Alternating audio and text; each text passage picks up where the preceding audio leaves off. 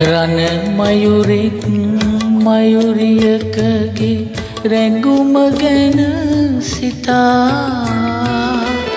තොටින් තොඩග රැඳුණු පෙමක්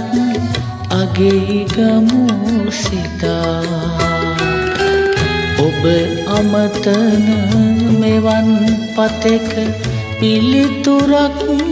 පතා දැනගන්නට